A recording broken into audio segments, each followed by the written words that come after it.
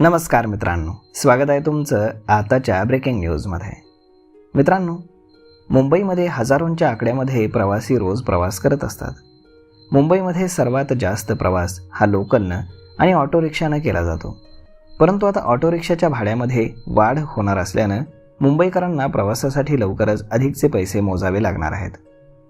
परिवहन विभागातील सूत्रांनी दिलेल्या माहितीनुसार भाडेवाढीच्या प्रस्तावात रिक्षा ऑटोच्या किमान भाड्यात 1 रुपयांची तर टॅक्सीच्या भाड्यामध्ये शहरभर 2 ते 3 रुपयांची वाढ करण्याची शिफारस करण्यात आली.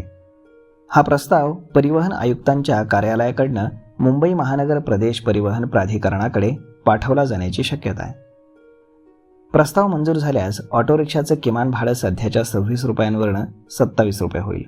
तसेच टॅक्सीचं पहिल्या 1.5 किलोमीटरचं किमान भाडं सध्याच्या 31 रुपयांवरनं किमान 33 रुपये होईल. इंधन, वाहनांची देखभाल, विम्याचे हप्ते आणि परवान्याशी संबंधित खर्च वाढल्यामुळे भाडेवाढ करावी अशी मागणी रिक्षा आणि टॅक्सी संघटनांनी केली आहे. मुंबई रिक्षामेन युनियनचे प्रमुख थम्पी कुरियन यांनी सांगितलं की वाढत्या खर्चामुळे चालकांच्या उत्पन्नावरती परिणाम होतोय. रिक्षाचं भाडं वाढवण्याची मागणी ही रिक्षा आणि टॅक्सी संघटनांनी केलेली आहे. खर्च वाढल्याने ही मागणी करण्यात आली आहे.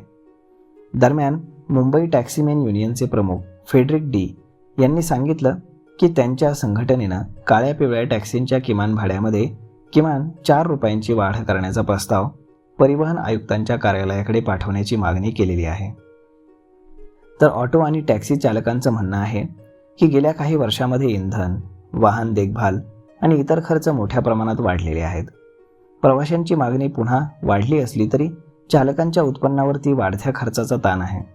त्यामुळे सार्वजनिक वाहतूक सेवा सुरळीतपणे सुरू ठेवण्यासाठी आणि चालकांच्या वाढत्या दैनंदिन खर्चाची भरपाई करण्यासाठी भाडेवाढ अत्यावश्यक असल्याचं संघटनांचं म्हणणं आहे.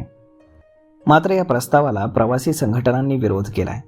त्यांच्या मते आधीच महागाईमुळे कुटुंबावरती आर्थिक भार वाढलेला असताना आणखीन भाडेवाढ केल्यास प्रवाशांच्या खर्चात वाढ होईल.